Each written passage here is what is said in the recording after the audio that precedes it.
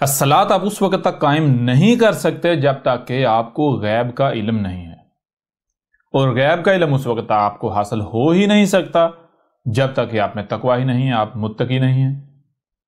اب میں آپ سے سوال کرتا ہوں کہ آپ کسی بھی مولوی سے، کسی بھی ملاٹے سے، کسی بھی مسلمان سے یہ سوال کر لیں کہ تقوی کیا ہوتا ہے، تو اسے تقوی کا نہیں علم۔ ان لوگوں میں تقوی ہے ہی نہیں۔ جب ان لوگوں میں تقوی ہی نہیں ہے تو پھر ان لوگوں کو کیا علم کہ غیب کیا ہے؟ جب ان کو غیب کا ہی نہیں علم تو پھر ان کو کیسے علم ہے کہ الصلاۃ کیا ہے؟ یعنی ظاہر بات ہے جب تک آپ میں تقوی آئے گا ہی نہیں تب تک آپ کی رہنمائی کی ہی نہیں جائے گی، آپ کو ہدایت دی ہی نہیں جائے گی، ایک رائی برابر بھی ہدایت آپ کو نہیں ملے گی۔ آپ نہیں جان سکتے کہ غیب کیا ہے، آپ نہیں جان سکتے کہ الصلاۃ کیا ہے، آپ کچھ بھی نہیں جان سکتے۔ بہرحال تو یہ چیزیں آپ دیکھیں، الذین یؤمنون بالغیب ویقیمون الصلاۃ ومما رزقناہم ینفقون۔ بہرحال اس کے اوپر بعد میں ڈیٹیل کے ساتھ بات کریں گے اسی موضوع کے تحت، لیکن ابھی جو ہمارا موضوع ہے ہم نے اس کا احاطہ کرنا ہے۔ موضوع کیا ہے؟ الصلاۃ، تو اسی کو ہم نے مد نظر رکھتے ہوئے آگے بڑھنا ہے۔ والذین یؤمنون بما انزل الیک وما انزل من قبلک وبالآخرۃ ھم یوقنون۔ اور اگلی یہ جو آیت ہے اس میں کہا جا رہا ہے والذین، اور یہ کون سے لوگ ہیں؟ یعنی یہ جو ہیں یہ وہ والے لوگ ہیں، آگے ان کی مزید پہچان ہوتی ہے، یؤمنون جو ہماری بات کو دل سے تسلیم کرتے ہیں، اس کے اوپر عمل کر رہے ہیں۔ کون سی ہے ہماری بات؟ بما انزل الیک، اس کے ساتھ تسلیم کر رہے ہیں، اس سے تسلیم کر رہے ہیں جو ہم نے تیری طرف بھیجا ہے، تیری طرف اتارا ہے۔ کس کی طرف اتارا ہے؟ بہرحال یہ جو ہے وہ بعد میں اسی موضوع کے تحت بات کریں گے، لیکن ابھی ہم اتنی تفصیل میں نہیں جائیں گے یہاں، کیونکہ قرآن جو ہے وہ احسن الحدیث سے ہے، قرآن کے نزول سے لے کر الساعت کے قیام تک کی احسن تاریخ ہے، تو پھر دیکھیں گے یہ یہاں کس کا ذکر ہے۔ لیکن یہاں محسن بات کرتے ہیں، یہاں پر احمد عیسیٰ کا ذکر ہو رہا۔ جب محمد موجود تھا اس وقت محمد کا ذکر تھا، آج اس وقت یہ احمد عیسیٰ کا ذکر ہے۔ بما انزل الیک وما انزل من قبلک وبالآخرۃ ھم یوقنون، یعنی تیری طرف جو بھیجا ہے، کیا بھیجا ہے؟ تیری طرف جو اتارا ہے، کیا اتارا ہے؟ تیری طرف وہی اتارا ہے جو تجھ سے پہلے اتارا گیا، یہ کوئی نئی چیز نہیں اتاری گئی۔ جیسے مثال کے طور پر لوگ کہتے ہیں، لوگ کیا کہتے ہیں؟ لوگ کہتے ہیں جناب خود کو مسلمان کرنے والے کہتے ہیں جی وہ موسیٰ کو تورات دی گئی، عیسیٰ ابن مریم کو انجیل دی گئی، محمد کو جناب قرآن دیا گیا۔ تو اس وجہ سے یہاں اللہ کہہ رہا ہے کہ یہ جو قرآن اللہ نے اتارا، جو اس کو مانتے ہیں اور جو اس سے پہلے جو کتابیں اتاری ان کو مانتے ہیں، تو یہاں ایسی کوئی بات ہے ہی نہیں۔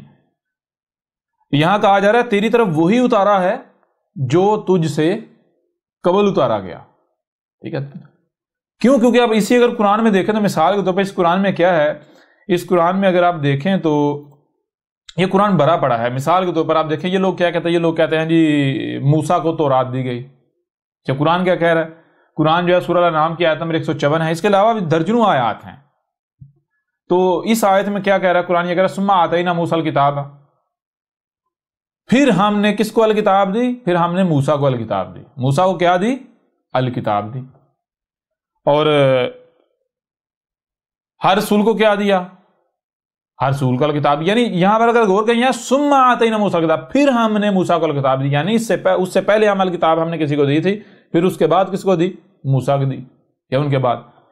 تو موسیٰ کو کیا دیا گیا؟ موسیٰ کو الکتاب دی گئی۔ اس طرح آگے بڑھیں، یا یحییٰ خذ الکتاب بقوۃ، اب یحییٰ کو کہا جا رہا ہے کہ الکتاب کو پوری قوت سے اخذ کر پکڑ۔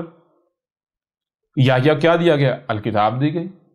پھر آگے سورہ مریم کی آیت نمبر 30 ہے، پیچھے جو ہم نے آیت دیکھی ہے وہ یا یحییٰ خذ الکتاب بقوۃ، تو یہ سورہ مریم کی آیت نمبر 12 ہے۔ آگے جو ہے وہ آیت نمبر 30 ہے مریم کی، قال انی عبد اللہ آتانی الکتاب وجعلنی نبیا۔ بہرحال اب عیسیٰ بن مریم کے کہہ رہا ہے، عیسیٰ بن مریم کہہ رہا ہے، سورہ مریم کی آیت نمبر 23 ہے، عیسیٰ بن مریم کہہ رہا ہے کہ مجھے جو ہے وہ میرے رب نے الکتاب دی ہے۔ عیسیٰ بن مریم نے یہ تو نہیں کہا کہ مجھے انجیل دی، موسیٰ نے یہ تو نہیں کہا کہ مجھے جو ہے وہ کیا کہتے ہیں کہ تورات دی گئی، بلکہ موسیٰ بھی کہہ رہا ہے، رب کہہ رہا ہے موسیٰ کو الکتاب دی، یحییٰ کو الکتاب دی، عیسیٰ ابن مریم کو الکتاب دی۔ اسی طرح مثال کو اگر آگے بڑھے تو آگے کیا ہے؟ وَكَذَلِكَ أَنزَلْنَا إِلَيْكَ الْكِتَابَ، اور بالکل اسی طرح ہم نے تیری طرف الکتاب بھیجی ہے جیسے ہر رسول پر بھیجی، ہر رسول پر اتاری، بالکل اسی طرح تیری طرف الکتاب اتاری ہے، بھیجی ہے جیسے ہر رسول کی طرف اتاری۔ کَذَلِكَ مطلب اس سے پیچھے جتنے بھی رسول آئے جیسے ان کے اوپر الکتاب اتاری، جیسے ان کی طرف الکتاب بھیجی، بالکل اسی طرح تیری طرف بھیجی۔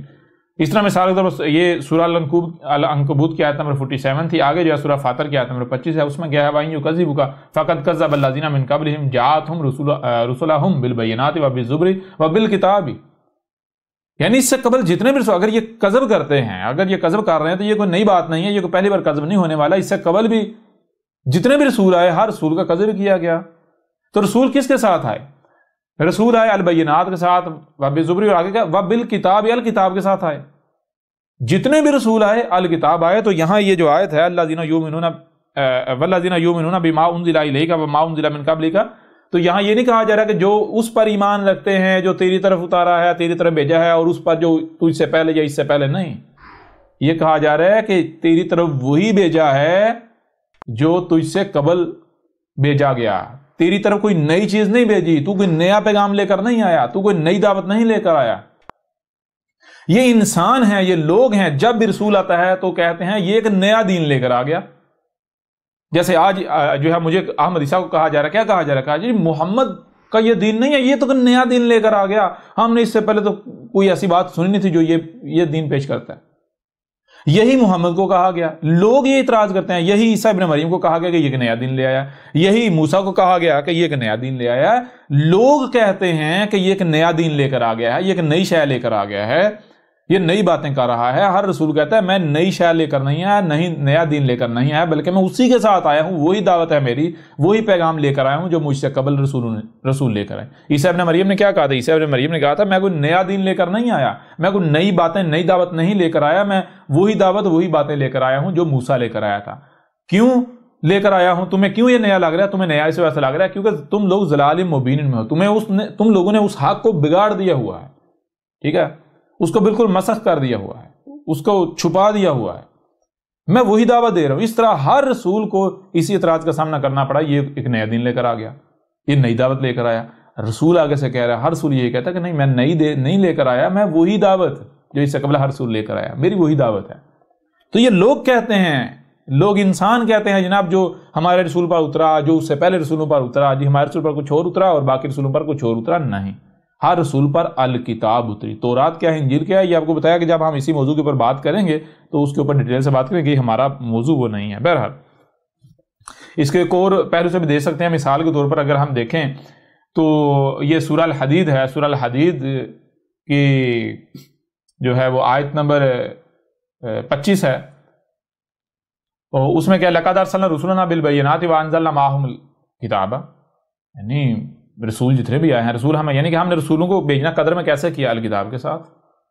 رسولوں کو الکتاب کے ساتھ بھیجنا قدر میں کیا گیا. رسول الکتاب کے ساتھ آتا ہے, رسول کو الکتاب دی جاتی ہے. اس طرح سورہ الحدید کی آیت نمبر 26 ہے 26 میں وَلَقَدْ أَرْسَلْنَا نُوحًا وَإِبْرَاهِيمَ وَجَعَلْنَا فِي ذُرِّيَّتِهِمَا النُّبُوَّةَ وَالْكِتَابَ. جو نوح تھا, نوح کی ذریت میں, نوح کی اولاد میں اور ابراہیم کی اولاد میں ہم نے کیا رکھ دی؟ ہم نے نبوت اور الکتاب رکھ دی. نوح آیا الکتاب کے ساتھ.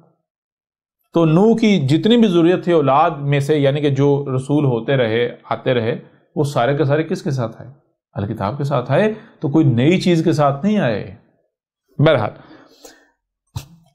وَبِالْآخِرَةِ هُمْ يُوقِنُونَ أُولَٰئِكَ عَلَىٰ هُدًى مِّن رَّبِّهِمْ وَأُولَٰئِكَ هُمُ الْمُفْلِحُونَ. اب یہ دیکھیں پیچھے 4-5ویں آیت میں کہا جا رہا ہے یہ وہ لوگ ہیں جو ان کے رب کی طرف سے 100% ہدایت پر ہیں, جو ان کے رب کی طرف سے 100% ہدایت پر, نہ صرف ہدایت پر بلکہ یہی وہ لوگ ہیں جو فلاح پا رہے ہیں, کامیاب ہونے والے.